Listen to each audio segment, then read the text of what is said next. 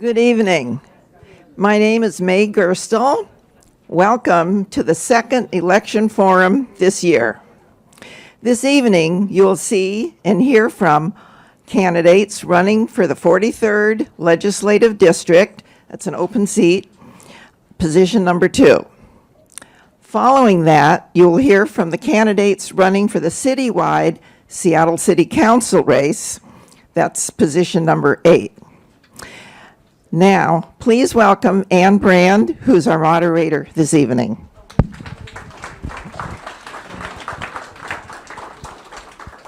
Wow, a full house. We're glad to see you all here tonight. We have a little confusion on my part this evening because a couple of candidates who had planned to be here are not going to be here. So I've been trying to figure out how I can juggle the questions to get more in than we would have had we been with the full panoply of 4 candidates for each position. But thank you for being here, those of you who are. Oh, you're welcome. We're going to start tonight with the candidates for the legislative position. We've been so used to seeing Frank Chop come around that this is really an exciting change. I have been told that I speak too fast, so if I'm going to try to slow down, but don't hesitate to raise your hand either if you can't hear or one of us is speaking too quickly. So thank you for helping me out there. And May, thank you for your introduction.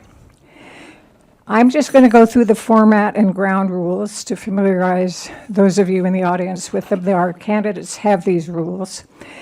They're the same for both groups of candidates. And to begin, each candidate will have 2 minutes for an opening statement. This will be followed by question and answer period, when candidates will have all of 60 seconds to respond to each question. At the end of the question and answer period, there will be a closing statement from each candidate. Since this is a forum, not a debate, there will not be a rebuttal opportunity. However, candidates may include such remarks in their closing statements should they wish to do so. Candidates, please note, we will appreciate your honoring the signals of our timers. This will ensure that we are fair to all of you and that we can cover as many topics as possible. Our timers, Adele Reynolds and Doris Ray, are in the front row and will give you a warning sign that will alert you when you have 15 seconds, and then you will get a signal to finish. And I do have a cane back here, and I've been known to kind of help people finish if they run on too long. Proceedings, by the way, are being videotaped by Horizon House for later replay in-house and on the HH YouTube channel. Now for opening statements. This is the only question you have received in advance, so please include the answer in your opening response to this question. Please tell us why you are the best candidate for the State Legislative District Position 2, what your goals and emphasis is in this position, and how you plan to accomplish these goals. Let me assure you that I have a very structured way of calling on you all so that you don't all appear in the same order. So we will start with the opening statement. Well, originally it was going to be Sean Scott. Sean, well, instead we'll start with Daniel Carcella.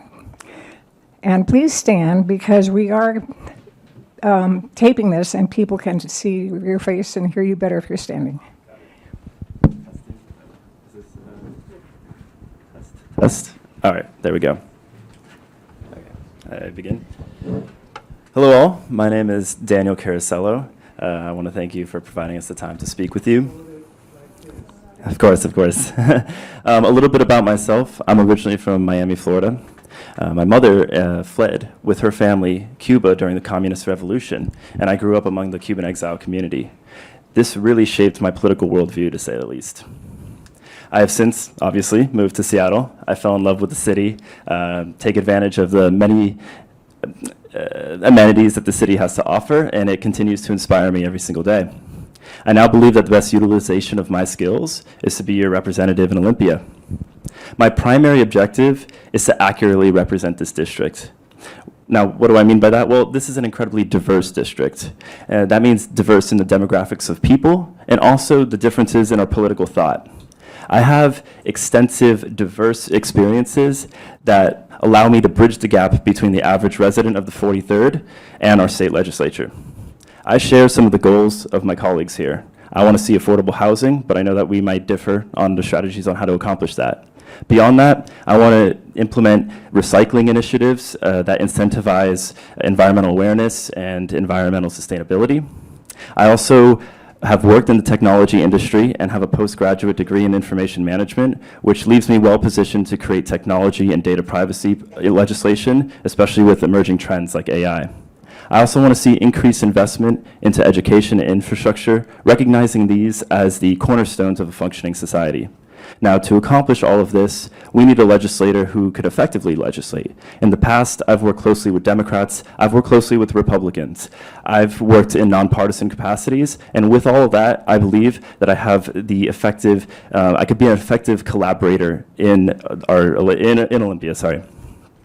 I'm not a political outsider. I have extensive political experience in both academia and a professional capacity, and I'm not an extremist.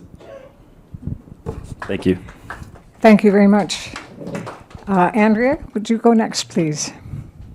And let's hold applause, by the way, till the end of the forum. Thank you. Test?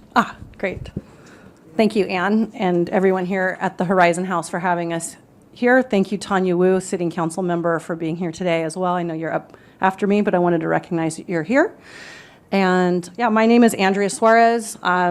A little bit about me. I grew up in Staten, Oregon, and went to college at Oregon State University and moved to King County in 1997. So I've been here just about half my life. I turned 50 in January, and I bring corporate experience, having been an operator for a startup, running multiple distribution centers, working with blue-collar staff, and growing a business and managing a multi-million-dollar budget as a general manager, and then later became a sales executive running multi-million-dollar budgets for my territory, which was now the Pacific Northwest. I live in Belltown for 15 years. I live in a condo, and I didn't have children, and it's really giving me a lot of pent-up nurturing and love and care for this city.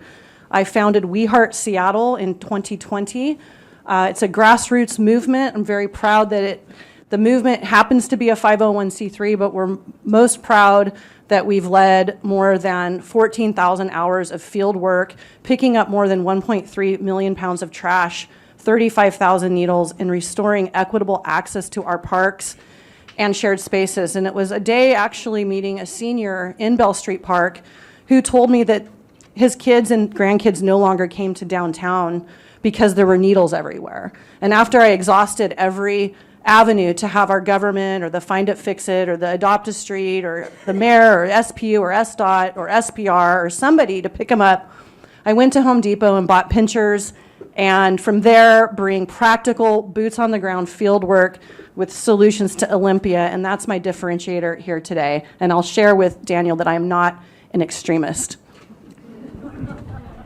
Thank you. And now we turn to our other candidate. Please introduce yourself and give your opening statement. Hello, my name is Stephanie Lloyd Agnew, and I am an accomplisher. I have an extensive resume in the field following Frank Chapa. He had no clue about me back in the day.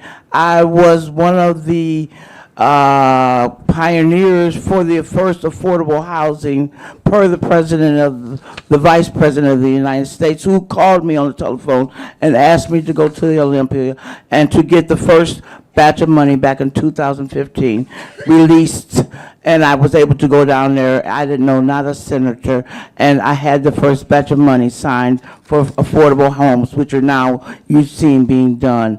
My second phone call came from the President of the United States of America, Obama, excuse me, who asked me to go out to the community because we were falling behind in the Affordable Care Act and to get as many people signed up before the signing date. And I went out for 3 days and 3 nights and screamed my head off, and people probably thought I was losing my mind, but it was going to cost people $175 per person if they didn't sign up by the closing date.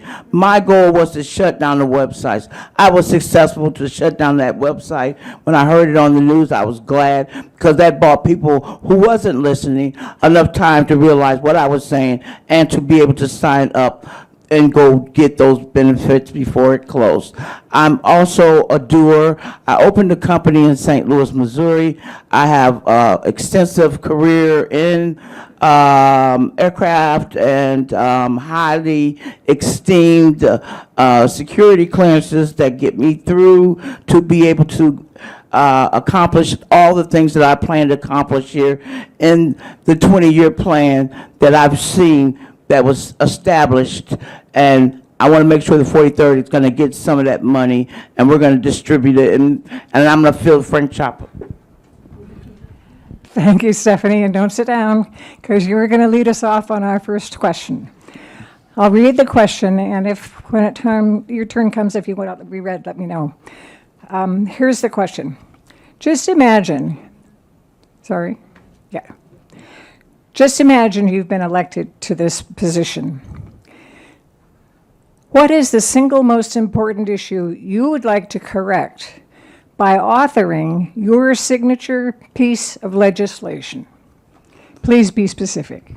I would like to, right away, get affordable housing under control, because I'm living in one and it's becoming no longer affordable because there's nobody keeping an eye on the money. The rent starts off affordable and eventually it goes up to where the people who were trying to stay affordable are being housed out of their housing again, and that's because nobody's watching the money.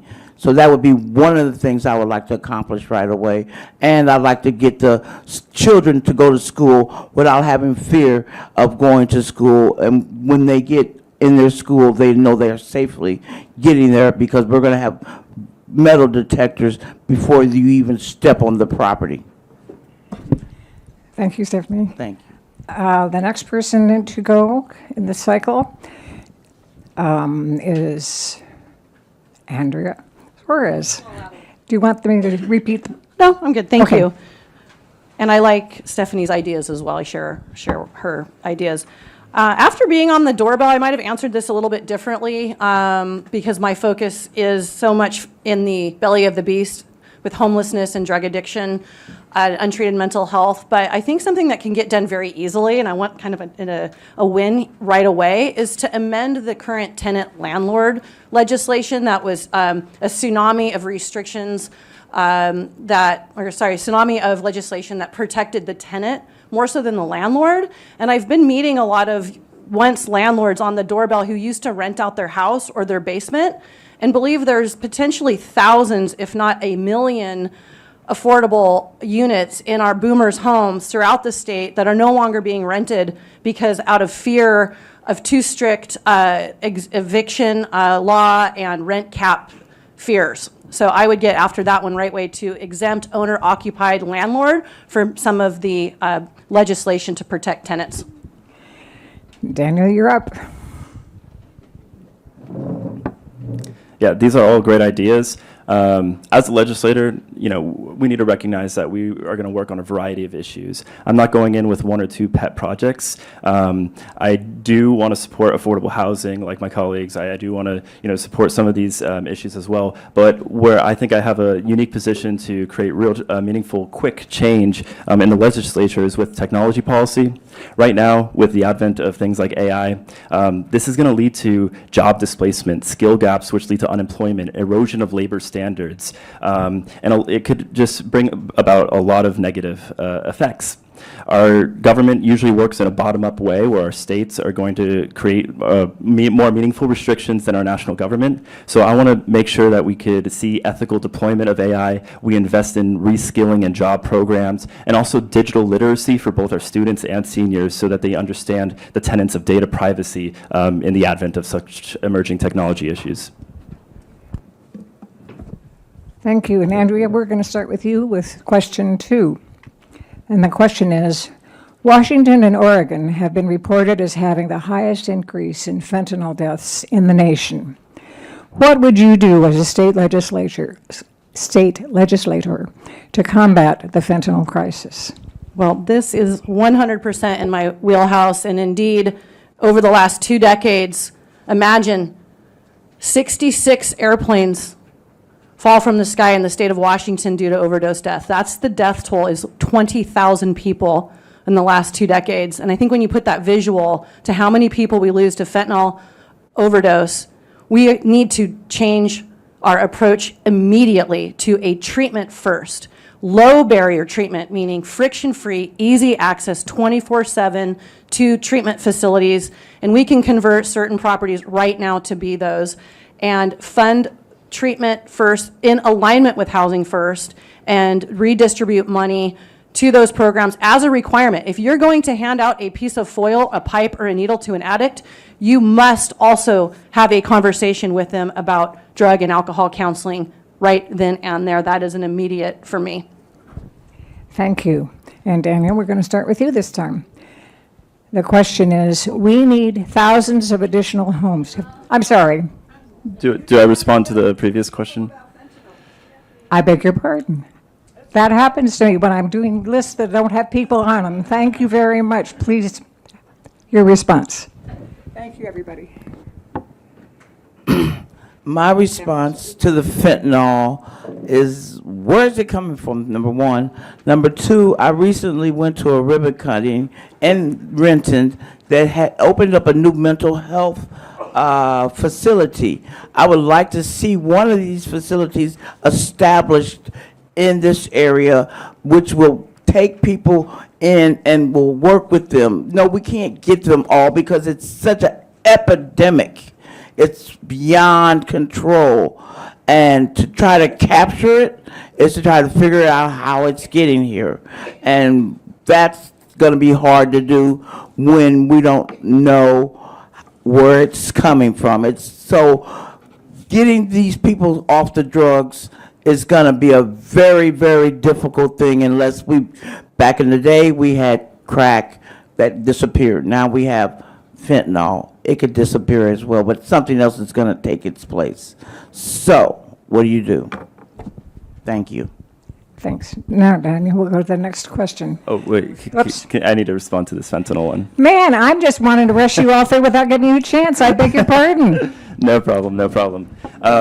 So the fentanyl issue definitely is, it's part of a larger issue. People turn to drugs after they become homeless, after they lose a job. The fentanyl came, the highest rates of fentanyl abuse came after COVID.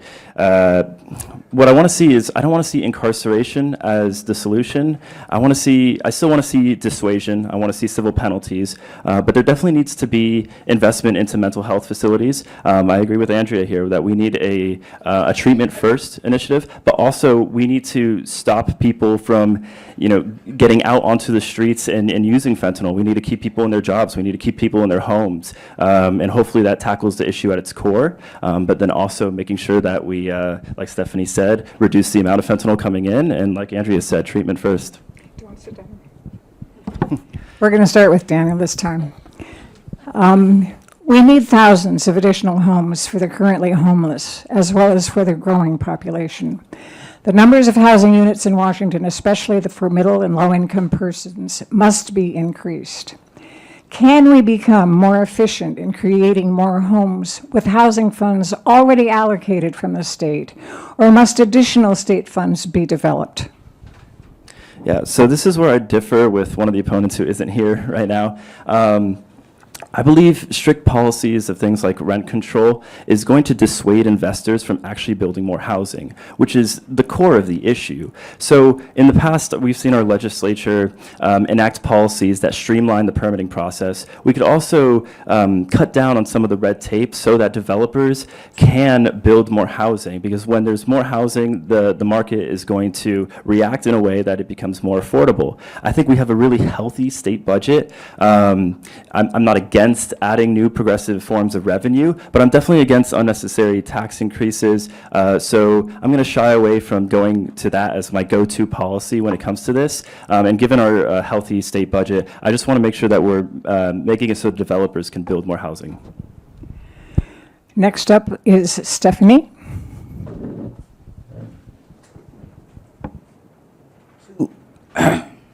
Excuse me. To answer that question, again, back in 2015, I went down and got the first initial money to build affordable homes. I live in one now. It's no longer becoming affordable. And the investors are investing, but they're not putting the money back into these places. They're taking them, ciphering it out, raising the rent, letting the buildings become deteriorated, drug infested, and all kinds of craziness. And I think we need to remove the investors, and because they're getting money from Section 8 and HUD, and they're not doing anything with that money but just pocketing it and even building more that may help. But if you can't afford to live there, you can't afford to live. They've raised the rent too much. You can't afford to live there. Thank you. Andrew Zip.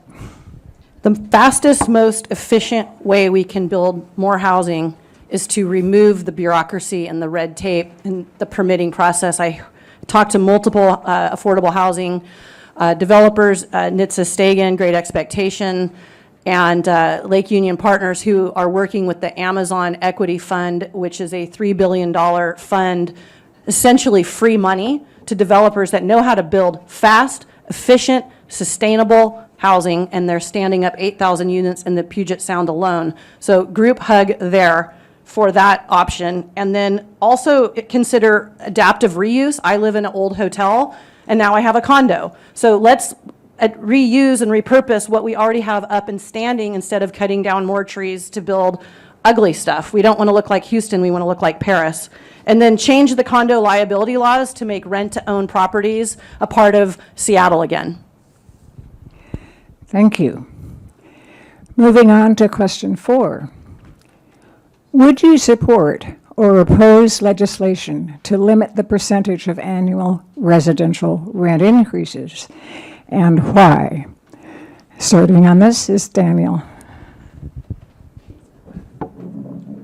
So I think this goes back to my previous answer here. I'm hesitant to support caps on rent increases. And the reason why is when you establish really strict caps, what you'll see is some of the things that Stephanie had mentioned. Landlords aren't going to want to maintain their buildings. It also doesn't necessarily help people who are not currently renting. It keeps people in their places and dissuades, once again, developers from building more units if the landlords if they could cap the funds that they could do. So yeah, I'm definitely hesitant to cap those rent increases. I would like to see affordable housing solved in different ways.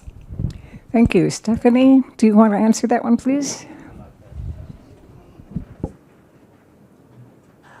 I want to cap the rent on affordable housing, because when people move in, they moved in based upon the rent was low.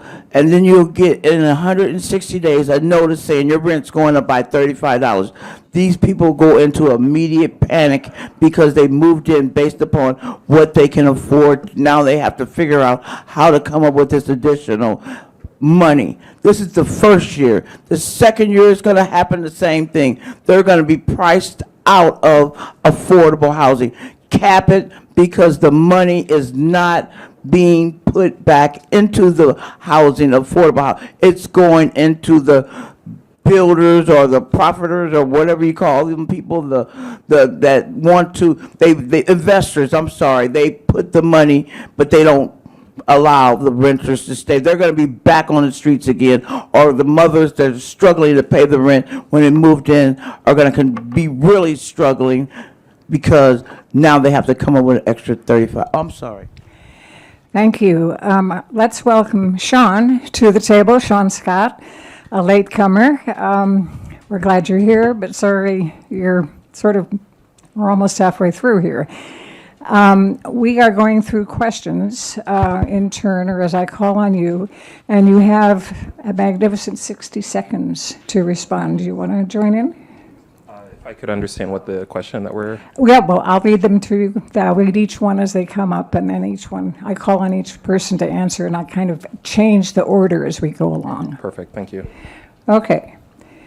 Okay, I will answer this question. Yes, please as do. it's And then my I'll turn. call on you to do it. And I'm for rent stabilization and with tailored law that takes into consideration inflation and major repairs. And I don't think there's a flat fix all that decentivize small landlords. If it doesn't pencil out, they're just going to sell that wonderful affordable apartment unit to a corporate developer, and we take affordable housing out of the market. So we want to have a fair, balanced approach to what rental increases look like.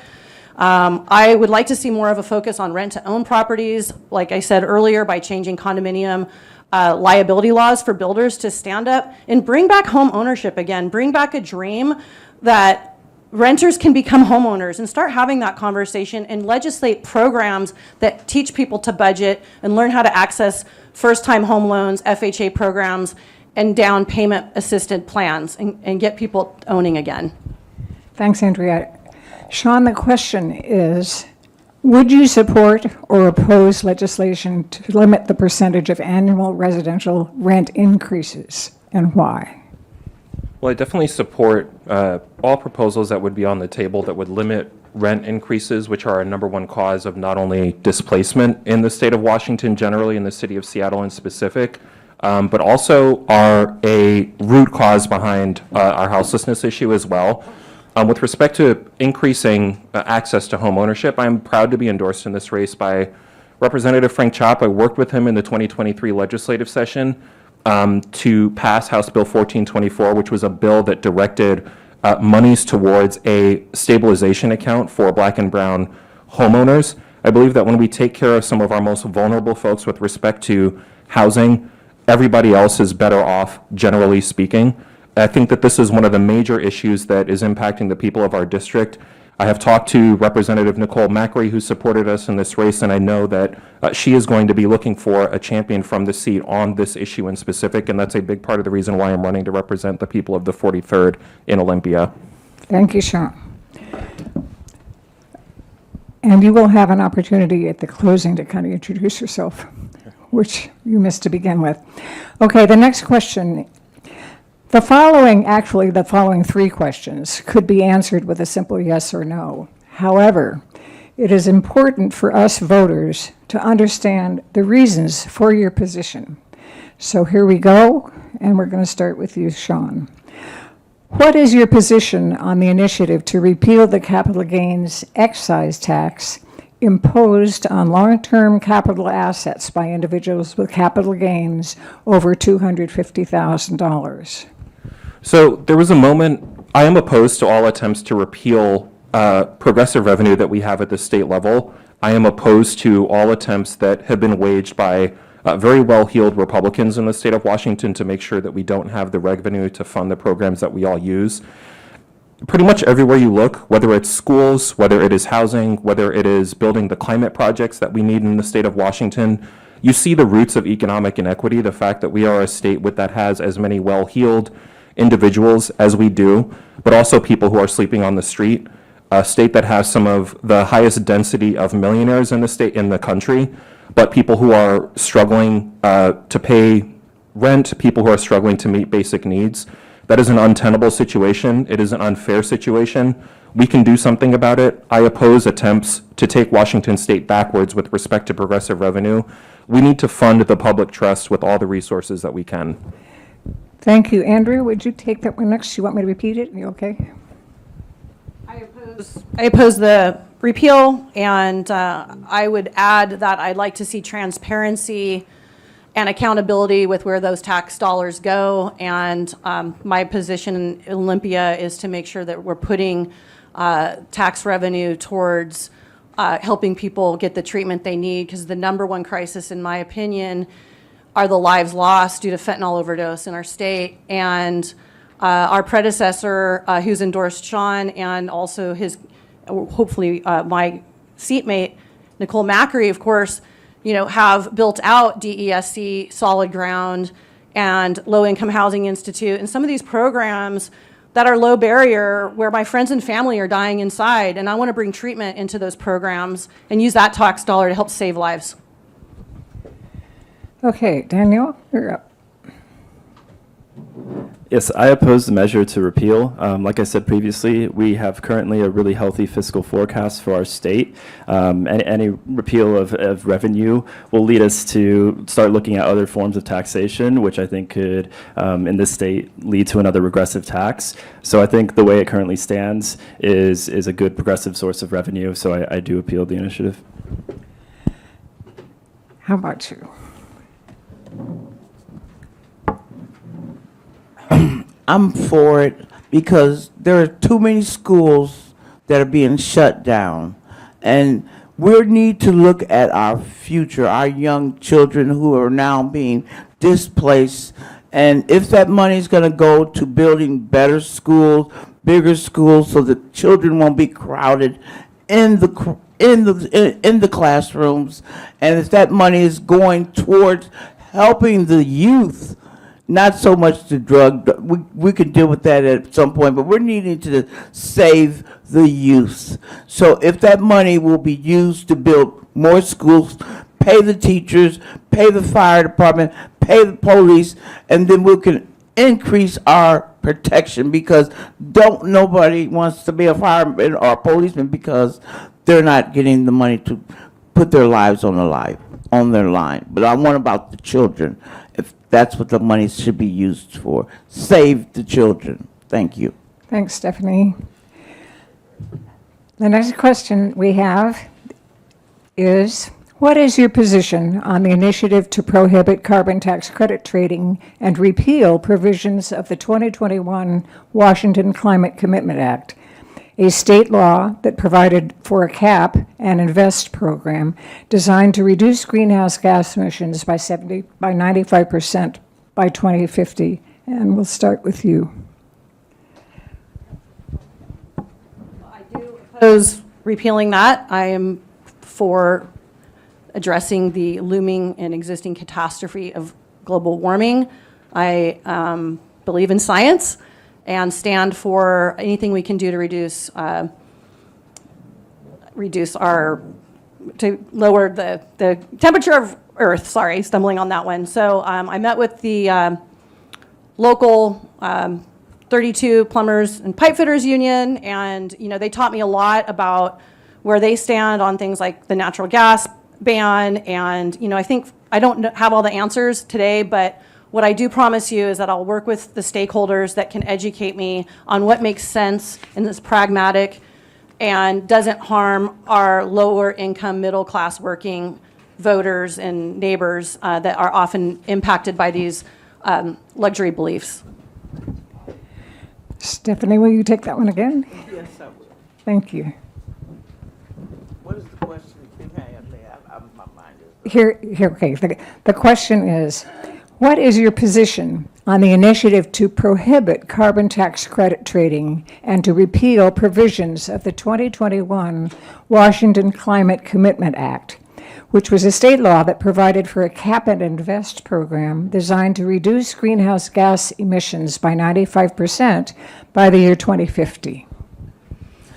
I am a sustainable person. I gave away a 2018 SRX Cadillac, and now I take the bus, I take the train, I walk, and I want to help with the global warming, because I've come from St. Louis, Missouri, and when I was in St. Louis and I moved here in 2011, the temperature has drastically changed. So I know that there's a global warming here, and to reduce the carbon and to try to keep Seattle in the green and the forestry so that we have the oxygenization to grow our greenery and our vegetables. So I would be for, I believe, keeping it to where we're gonna, keep the greenhouse so we can keep our beautiful state with fresh air. Thank you. Thank you, Daniel. Yes. So I would oppose this initiative to repeal that. I think it's being proposed under the guise that it will lower energy costs and your gas prices will go down. But there are so many other ways that we could accomplish that. And repealing this will make us go backwards when it comes to creating a sustainable state that will lower our carbon emissions. So I definitely oppose this initiative. And there are other ways to lower your gas prices, which I am for. Sean? Right, so every environmental organization that has endorsed in this race, from Washington Conservation Action to the Transit Riders Union to Puget Sound Sage, has endorsed my campaign because of our campaign's vision for environmental justice. So I oppose the Republican attempt to repeal the Climate Commitment Act in Washington State.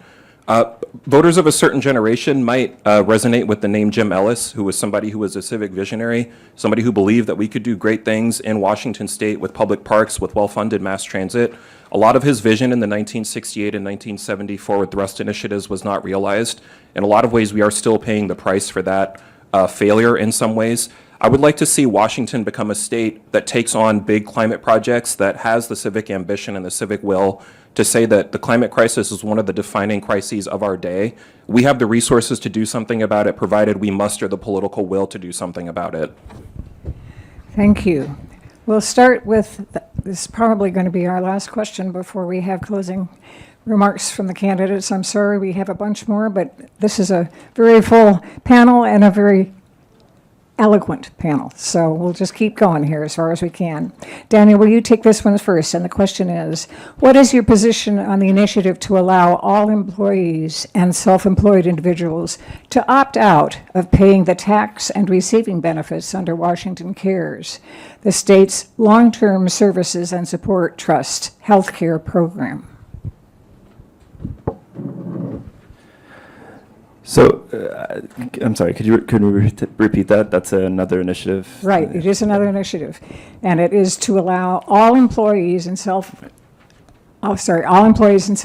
individuals to opt out of paying the tax and receiving the benefits under Washington Cares, which is the state's long-term services and support trust healthcare program. Yep. Yeah, so this is another initiative that I would oppose, simply because I want to make sure that this service is being fully funded as much as it can, and that requires people paying into it. So yeah, this is an initiative that I would oppose. That's my simple answer. Andrea? Would oppose it as well. I was glad to see that there were some last-minute amendments made that allowed for portability. There probably should be some additional review, which I'm all ears because this is a new topic for me, on the opt-out and if somebody already has health care that they've planned for in advance. But really, this is about taking care of seniors who didn't have family planning or the means to think about their senior years. So it's a looming catastrophe in senior care, and I have some other great ideas that I'd like to bring to Olympia, and I will save those for another time. Thank you. Stephanie?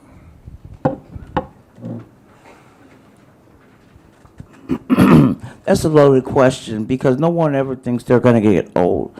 And serious. But seriously, the younger youth right now, they don't have a retirement plan like we have. They have to take their own money now and set it aside and put it in their own 401k, whereas we've had companies take our money and put it aside for us. So when they get our age and they haven't opted in to have that, when they don't think they're going to get this age, they're going to realize that it's going to be too late because there's no help for you. Yes, I know it's going to cost some money out of your pocket, and you don't see the long term of it because you're not that age yet. But when you get that age and you realize that you need it and it's not there, and Social Security won't cover much, but you'll be without health care. Thank you. Well, care labor is the backbone of our economy in many ways, and the conversations that I've had with SEIU 775 Northwest, the caretakers in that union, it's been made very, very clear to me that there are a good many caretakers that are feeling burnt out, a good many caretakers that have not had the rest that they need. And part of what we need to do is make sure that caretaking, generally speaking, is a field that people want to enter into because they realize the tremendous value that it has to our society. I oppose attempts to defund the WA CARES Act. I believe we need to move in the opposite direction from that attempted repeal by fully funding all attempts to make caregiving a sustainable industry, so to speak, for people to enter into. It's part of the reason why we've been endorsed in this race by SEIU 775 and 925 as well. So we look forward to having a robust conversation in the course of this campaign about what we can do to make sure that we're taking care of our aged population, disabled folks in the state of Washington, others who might find themselves in a position where they need care as well. I think the candidates have done a terrific job as answering these questions in just 60 seconds. I'm sure that they have more to say on all the subjects.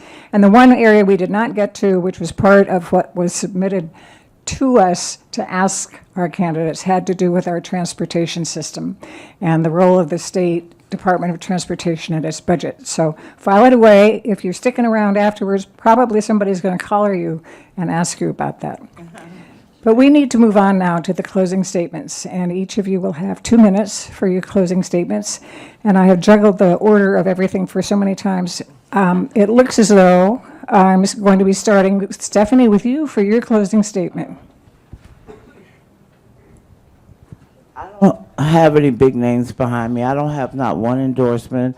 I haven't talked to Frank Chapa, nor have I talked to Nicole. But apparently there's been conversations without me. I don't have to have all that because I have the streets, I have the people behind me. I'm a boots on the ground, I'm a doer, I've opened companies, I've got access to the president, I have access to the senators. I don't have to have all the names and I would like to get the endorsements, but somehow or another there's a lot of chitter chattery, but that doesn't stop me from coming out here because the streets is where the real people are at, and I'm a real person, and I'm here to solve the real issues. I'm not going to be hiding behind my door. You can call me at any time, any place, anywhere, and if I can help you, I will help you, just like I helped these people in this building that burnt down. I had to take time for my campaign, and I'm so far behind, but I'm catching up now, and as soon as I get through with the governor's thing and all these other things, at the end of the week, I'm going to see my grandbaby, and then I'm coming back, and I'm hitting the streets, boots on the ground, handing out flyers.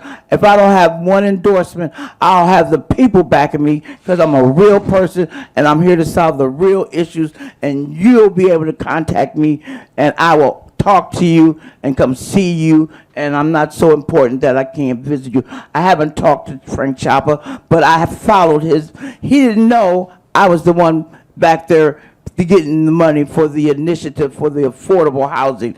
It was me that helped him to do what he did. He never knew me. I never knew him. Affordable care, everything that's going on here, I was boots deep underground.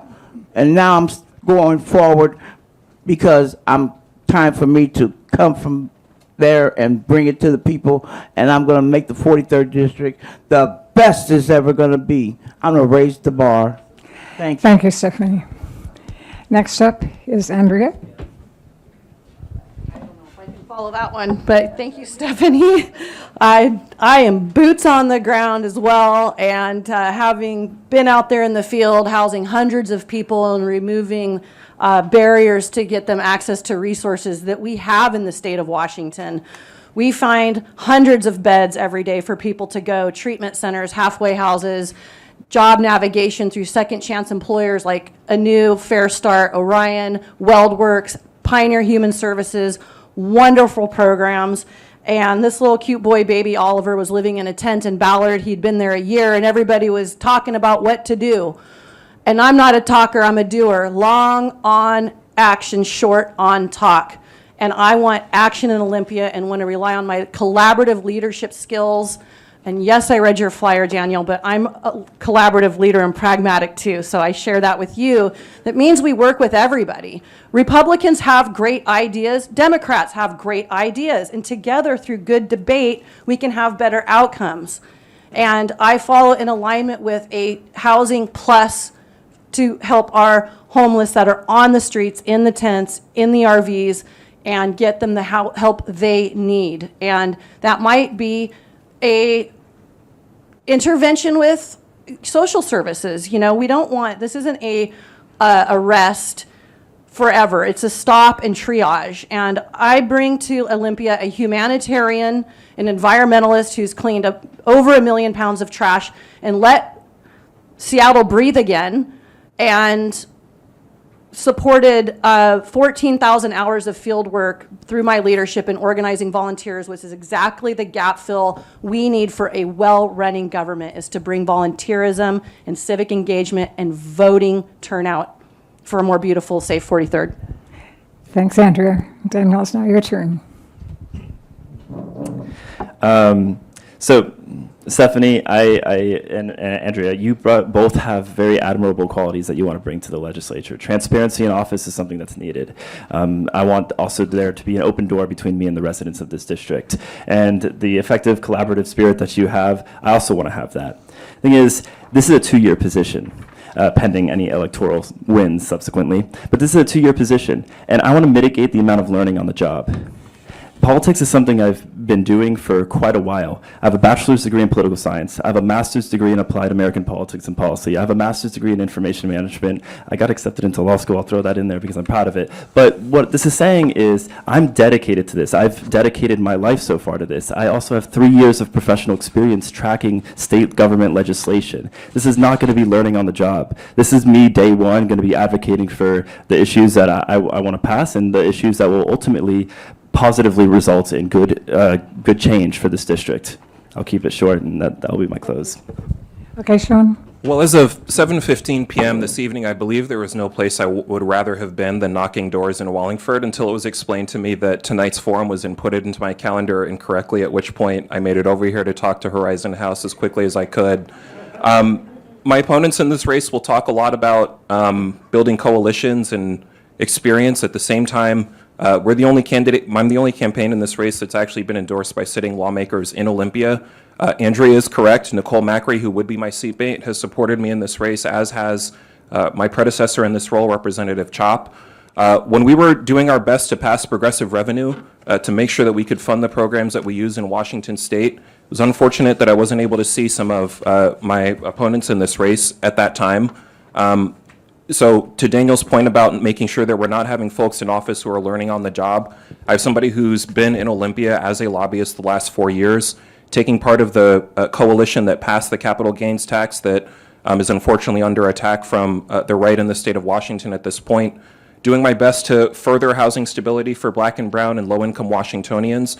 I look forward to funding our public schools. I would like to see the Workforce Education Act, which my predecessor spearheaded in 2016, expanded so that college could become not just affordable but free to thousands of low-income and middle-income Washingtonians in the state of Washington. More than anything, I would like to bring a fresh perspective to the 43rd Legislative District. Representative Chop held this seat down for 30 years. If I'm lucky enough, I would last half as long in this seat as well. And if I feel like if I was able to accomplish half as much, I would call my time in the legislature a success as well. I think we have the resources to do everything that we want to see as true progressives in the state of Washington. The question is of urgency. The question is of whether or not we as a state are going to do what we know it is correct. Issues have been studied about how to house the homeless. They've been studied about how to reduce our emissions. Right now, it's about having elected officials that are going to build those coalitions. I believe I'm that candidate in this race, and I thank you for your consideration. Well, now is the time of rousing applause for our candidates.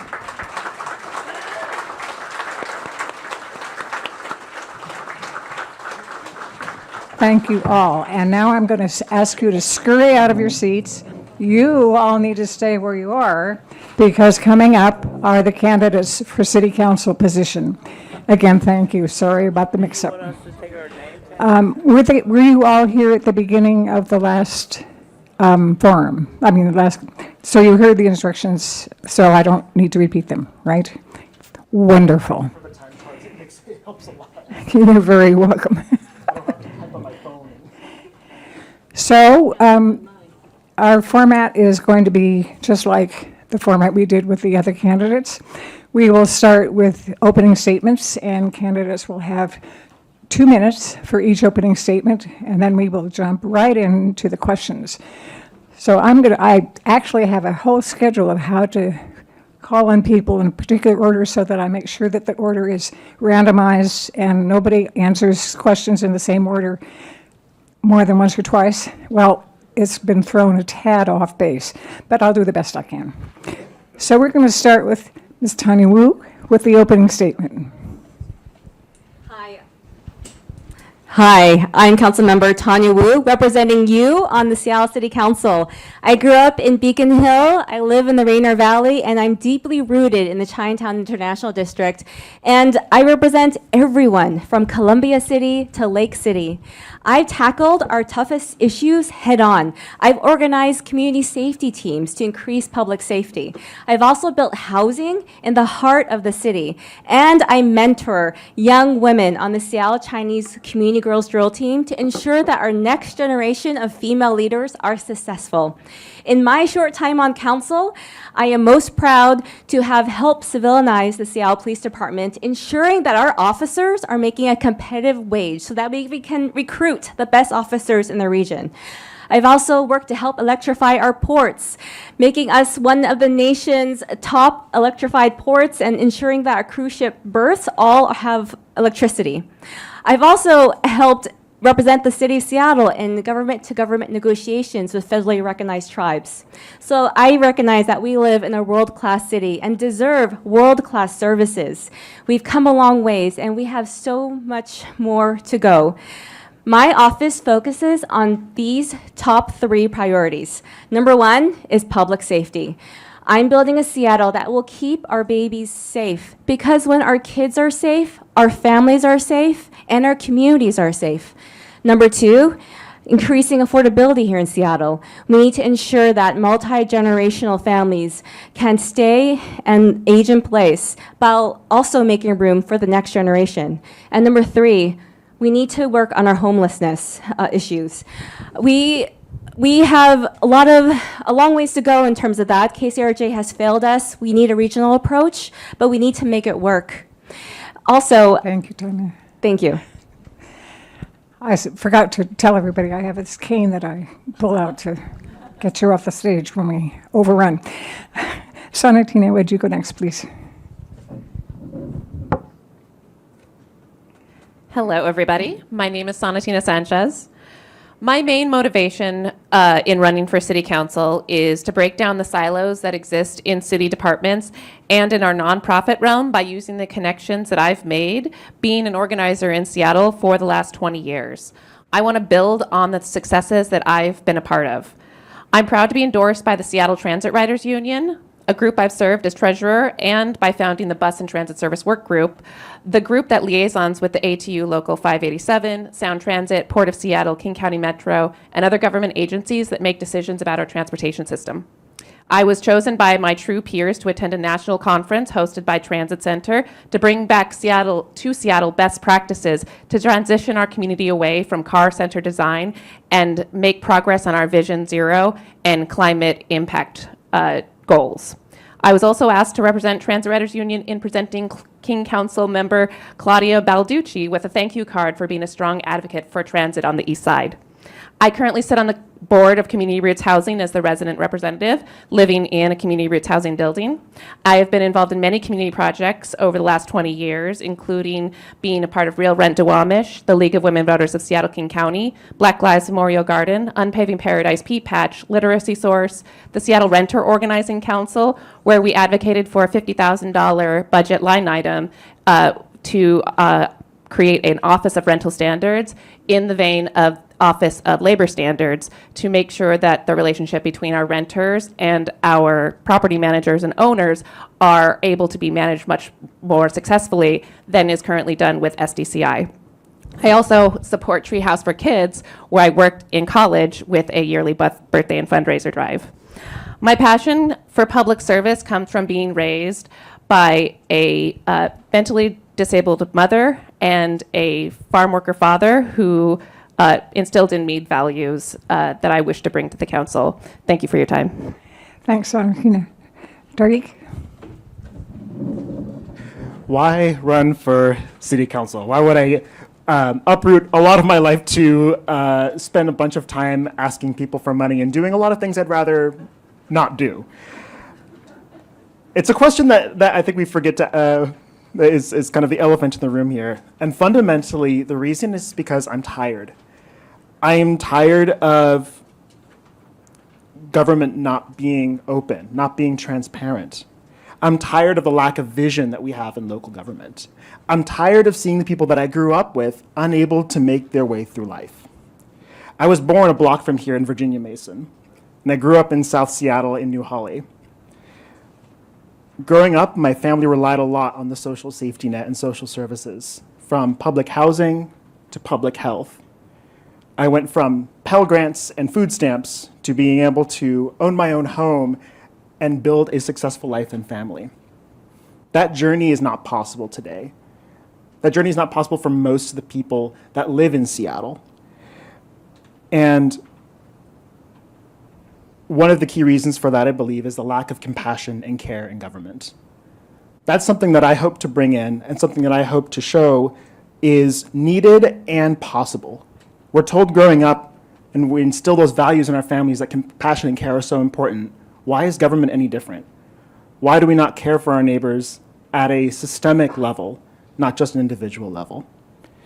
And so my priorities in Seattle City Council is going to be focusing on preserving some of the best social safety net programs we have in the nation, and making sure that that buffer that we have, that interaction that we have with government for 70% of what we need on a day-to-day basis, continues to be open, transparent, and accountable to everybody, regardless of who you are. Thank you. Okay, we're going to move on to the question and answer period of this forum.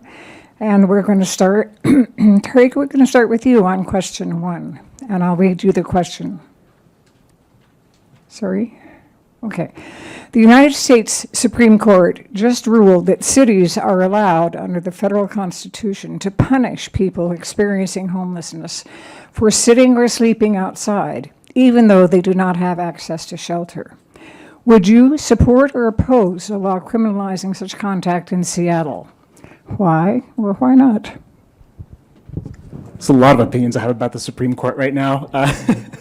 So I went to school at the University of Washington doing my master's in jurisprudence, and doing that while the current Supreme Court has been going has been an adventure, seeing the classical traditions that we've had in this country upended. I think we cannot allow ourselves to be dictated by things that are happening at the national and state level. It's important for us to create an affirmative vision of what we believe. I believe that it is inhumane to punish people for something out of their control, out of their circumstances.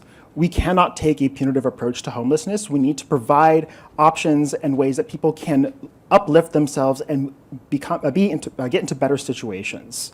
Fundamentally, those things are outside of their control, and we need to take a human-first approach. Nobody wants to be on the street. That's where a lot of people are, though. And so let's actually think critically of how we're going to solve that instead of just sweeping them away to another place. Sonatina? And anytime you want me to repeat a question, just let me know. Thank you.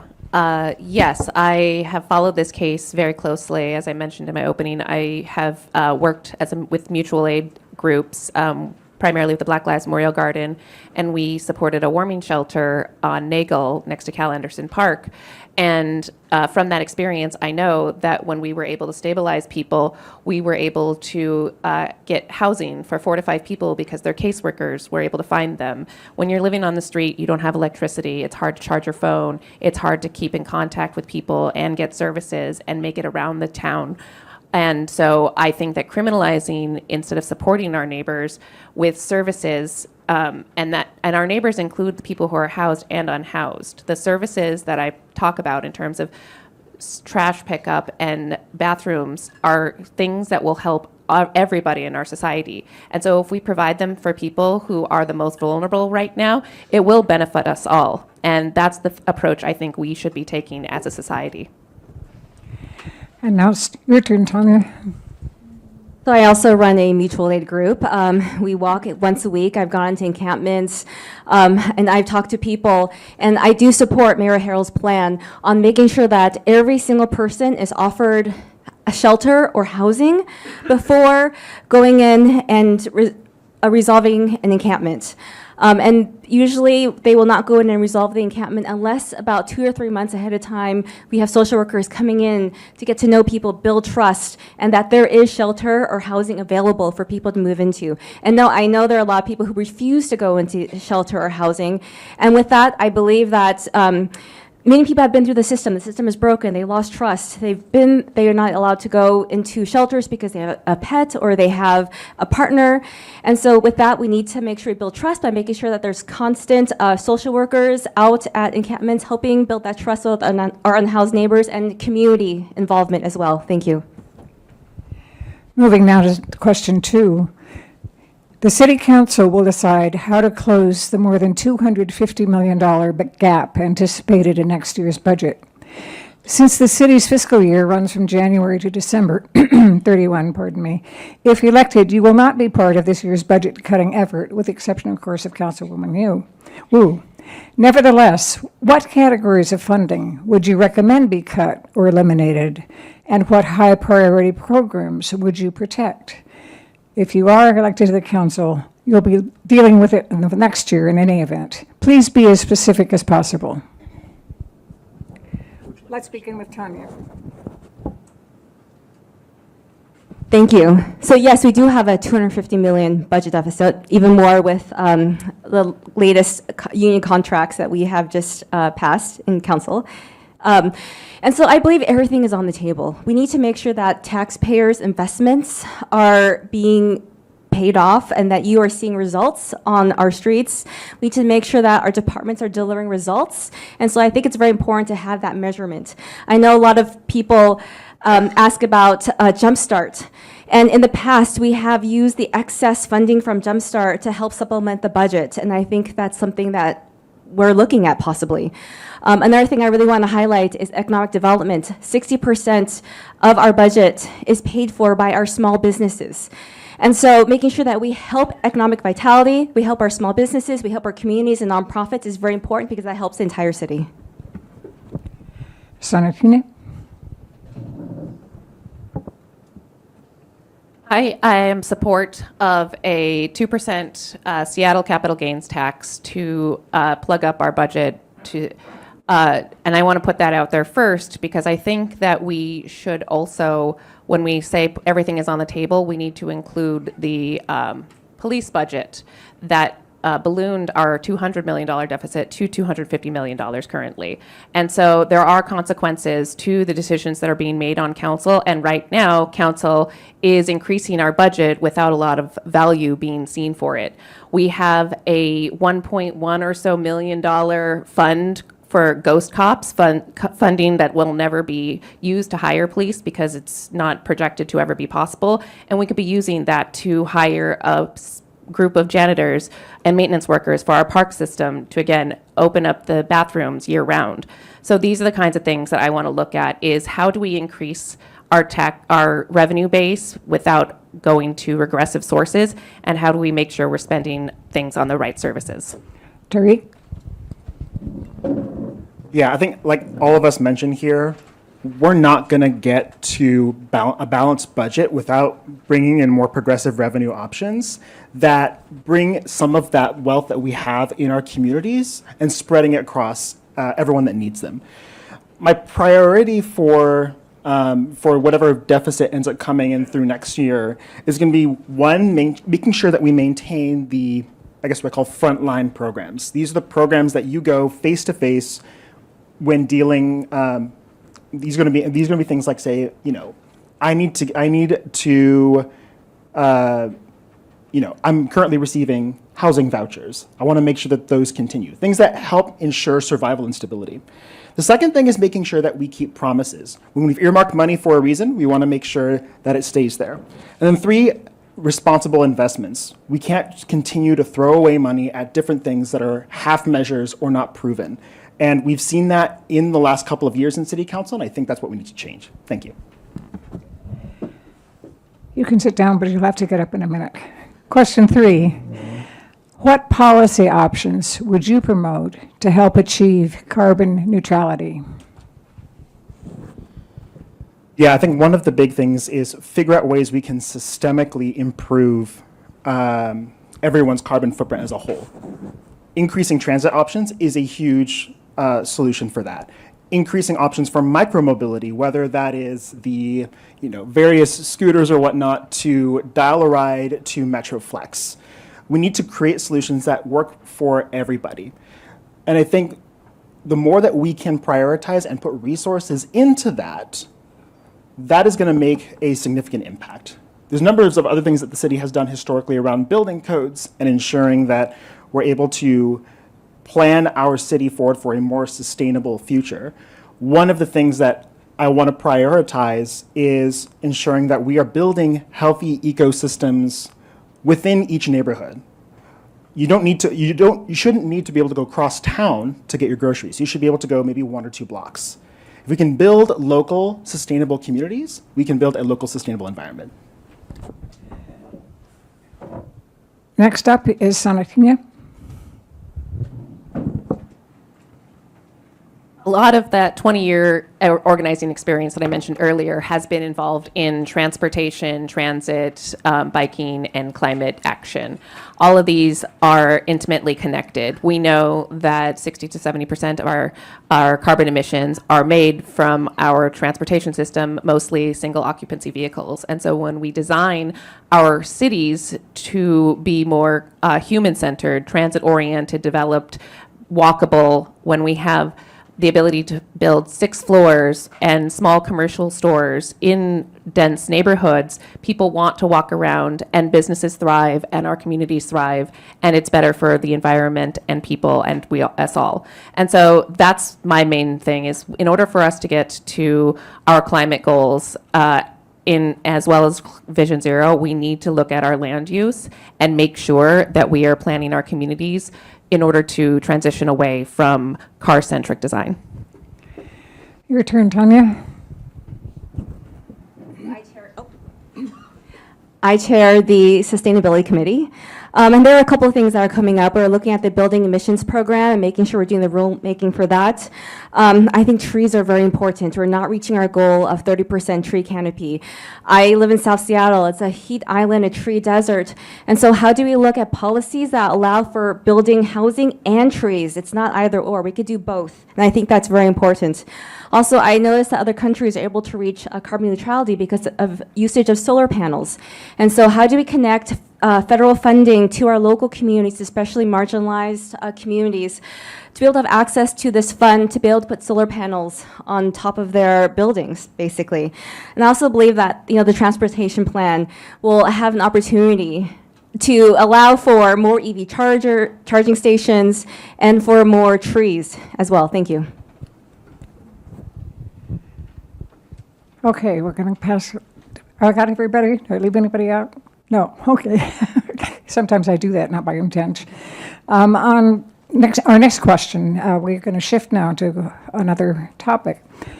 What action would you take as a city council member to reduce gun violence in the city?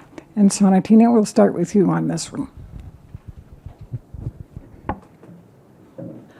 I was born here in Seattle. I grew up down in Holly Park and Kingway and Yesler Terrace in the 80s. And so I distinctly remember drive-by shootings and gangs selling lots of drugs around my neighborhoods. And I know that if a lot of my classmates and my neighbors were given other options, if they were able to sign up for classes at community centers, if they were able to sign up for sports, if they could afford these things, they would have done them, but they weren't. And so that's one of the things is I come from a community which we had to fight to participate in hobbies that we loved, and I want to make that easy. I want to make sure that every single kid in Seattle can sign up for any extracurricular activity they want, and we can have a scholarship program of some sort. We need to make sure that we give options, good options, and encourage the children that we see to develop their passions outside of the violent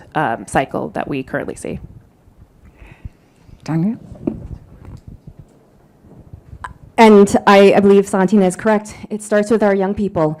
I was at the site of a 14-year-old child who was shot in New Holly Park this last week and was talking to neighbors, talking to family members, and community saying that, we have failed our kids because the parents are asking for more resources for their communities to be able to allow for their children to have activities to go to.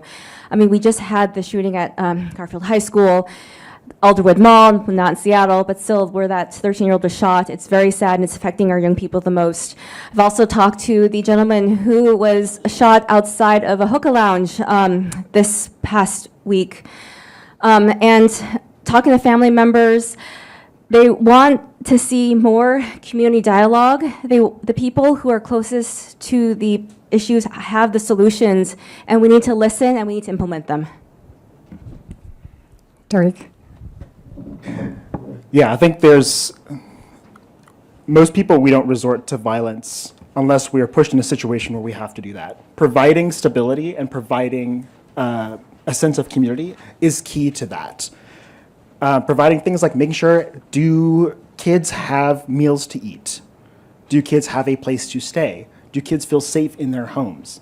These are key things that address the systemic factors that cause not just gun violence, but all types of crime. With guns specifically, we need to, I want to lobby the state to pass a permit to purchase program. It is essential that we know that anybody who owns a firearm has a responsibility of keeping that safe. And I want to see an expansion of civil penalties I would be open to seeing this expansion on civil penalties for violations of safe storage laws. You have a firearm, it is your responsibility to take care of it as you would when you're going to a range or you're with a family member. Thank you. We have just one more question before we go to the closing statements. And with this question, we'd like to start with Tanya first. And the question is, what actions do you propose or would you propose to reach an adequate level of staffing for the Seattle Police Department? So there are a couple of things that council has done in the last couple of months. We helped make sure that our officers are making a competitive wage so that we could hire the best officers. Prior to that, we were getting about 3 applications a week, and now that's tripled. We're getting 10 or 12 applications. We also need to make sure that our officers have the resources they need to be successful. I believe it's not just officers that need to respond to every situation. We have expanded our care team, which is very exciting here to D3. And so we are working on making sure that happens in the next budget cycle. We also have to make sure that we are expanding our services, making sure that there's wraparound care for people when they are ready to seek treatment, that's available. And I think most importantly, we need to work with our communities. I love the Before the Badge program where cadets go into communities and learn about the communities they serve. I think it's about changing the tone and making sure that when we pick the next police chief, that this person is the right person for the job. And I'm very excited about Chief Sue Rohr's work with 30 by 30. And thank you. Tariq, you're up. Yeah, I was happy to see the expansion of the CARE program. We've seen this program work so successfully in other cities where you take and provide specialized response solutions to the crises that people are facing. I think the way that we address a lot of staffing issues is by looking at where we can build out those more specialized responses outside of an officer, with a gun. I think the majority of cases, I actually looked at the dispatch data, I think roughly 2/3 of the cases that were dispatched last year could have been solved without an officer showing up with a firearm, except just to protect a dispatcher or to protect someone who is there. And so I think we need to really radically expand that and provide and make it easier so that when officers come in, they're going to a call, they know exactly what they're going to, instead of having to be the catch-all for any kind of issue that anybody has. Santina? I'm of the mind I'm of the mind we currently have plenty of police in our city, and I'm wondering what jobs we are looking to have done. I right now, as when I ride transit or if I walk through my parks, I see lots of security guards currently, and I wonder, could those people be wiping down the stairwells or looking at our escalators or elevators? And if something does happen, they can call it in if something's really needed. These are people we can support with training for de-escalation tactics. I worked at DESC during the pandemic, and I often had to de-escalate situations with people who were in altered states. And I did not have any weapons on me, and in fact, they probably would have made the situation worse. And so I ask, what are we funding? What jobs are we funding? And if we really want to bring public safety to our streets, we need to start funding the people who care for our streets, like janitors, maintenance workers, waste pickup, and all that kind of stuff. Thank you. Well, that concludes the question and answer part of the forum, and we're now going to move to closing remarks. And this time, we're going to be starting with Sanatina. Oh, do you want to? Okay.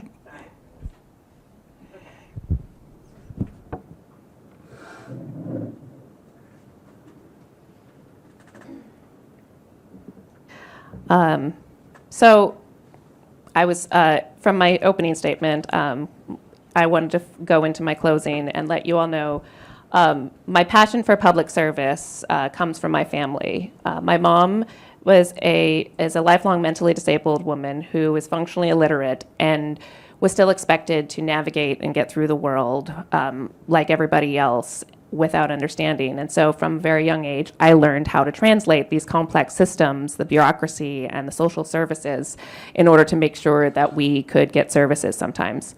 My dad also developed this passion for service in me by teaching us to be compassionate to everyone. These lessons took this form of stories where he told us he would stand up to bullies. And one of the ones that sticks out is when he stuck up for a gay kid in high school. And it made me feel safe that I could come out to him at a time in the 90s where it was very scary and you could very easily be sent out on the street. And honestly, that still is the case. And I bring these experiences by continuing to work in my community. I am at Cal Anderson Park every Monday morning at 9 a.m. serving breakfast with the community, chatting with the people on the street about what their issues, what do they need from their council member. And I continue to participate in various volunteer roles. As I said, I sit on the board of Community Roots Housing. I was also the guest relations coordinator at the Seattle International Film Festival for many years, and so I was able to interact with people, volunteers, all the way up to A-list stars. And I know every single job at a organization, every single person on a project matters, and that's the kind of attitude I'm hoping to bring to Seattle City Council, is making sure that the people who serve our city in office and in the administration are respected, and we make Seattle a place where we can all boast about what a world-class city it is. Thank you. Thank you, Sanatina. Tanya? I think it's a very exciting time to be on the Seattle City Council. We have council members now who are collaborative. We're all in person, and we all have shared priorities and united in terms of what we hope for the city, in terms of public safety, building more housing, and affordability. I've been endorsed by all but one of the council members. I also just was endorsed by the Seattle Times today. And so I believe that, we represent the city and promoting more civility, and more collaboration. One thing I want to touch on that I thought would get asked but wasn't is housing. We need to build more housing. That's where my experience has come in. I helped redevelop the Louisa Hotel apartments into workforce housing, and I'm working on legislation currently that will help jumpstart more housing development. You look around, all the cranes are gone, and it's very important that 2 to 3 years from now, we're going to feel that housing deficit. So I'm working on legislation that help incentivize developer benefits as well as the public benefit to get that started. I also want to be able to save our trees, so looking at legislation that will allow for density bonuses if people save trees. I'm also looking at air rights, so my lived experience really do help with how I legislate. Another thing I think is really important is public safety. You deserve to feel safe going to the QFC, to Harvard Market, going to the park. And that's something I'm really interested in, making sure that we make those community investments so that people will be able to go to the grocery store and not have to fear for their kids or their cousins or their parents' safety. So my work speaks for itself. I walk every single week. I'm out in community. I go to as many public meetings as I can. And when I hear that there's a community that needs to be heard, I go out there. I grew up in the Chinatown International District. I'm a small business owner. I have a family restaurant. And so making sure we close that wealth gap is also very important. How do we help our entrepreneurs? How do we help people find good paying wage jobs? And so I ask for your support. My name is Tanya Wu, and ask for your vote to keep Seattle affordable, safe, and a place to live. Your last word is yours, Tarek. Excellent. Well, thank you all for showing up. It's really important to have so many people engaged and involved. One of the challenges with running for this position, it's just a remaining 1-year term. There's not a whole, we can talk about what our vision is, and I think that's important, but I think the thing that I want to be able to bring to City Council is showing how could our local government work better. We're fortunate in Seattle to be able to afford full-time council positions. For someone whose job is 40 hours a week to help make the city better, what can that look like? How do you balance that with direct service, accountability, and action? And I've asked myself this question every day since I've learned that it was a full-time position. And I think that even though this position is 1 year, and it's hard to get a lot done in a year, the government timeline, but I think what we can do is say, this is what a world-class city really looks like. This is what a city on the world stage really looks like. And this is how we paint our identity as being proud residents and members of the Pacific Northwest, where we don't force out our community and our neighbors, but we bring them in, bring them safe places to heal and to learn and to be part of our communities. And I'm hoping that that vision resonates with all of you here and that we can bring those values into City Council. Thank you. Thank you all. And now you can all applaud for the wonderful work for these candidates. Shortly, I'm going to turn this over to May Gerstle, who has a few closing comments to make. I just want to thank all of you who are here. I believe that this in-person approach to the forums really brings you out, and it's wonderful to do what we do together, which is listen in community when we have the privilege of hearing people who are willing to put their careers on the line, their futures, by standing up and becoming candidates. So thank you again. And May, where are you? Oh, there you are.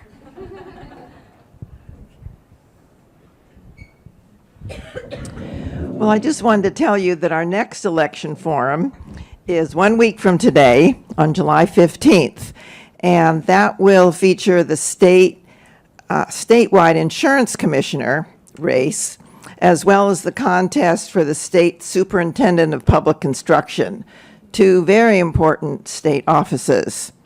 The moderator for that one will be Bill Anderson, and you will have an opportunity to send questions in. And you will also be able to see that forum via Zoom on HHTV or on the large screens right behind me here in Anderson Hall. The reason that we're doing it as a webinar is that these are statewide positions, and people from Eastern Washington, Wenatchee, and so forth find it difficult to come to western part of the state. So we're offering webinars to the people who come from elsewhere, and we will always have in-house programs here for Seattle candidates. Thank you all for coming, and have a good evening.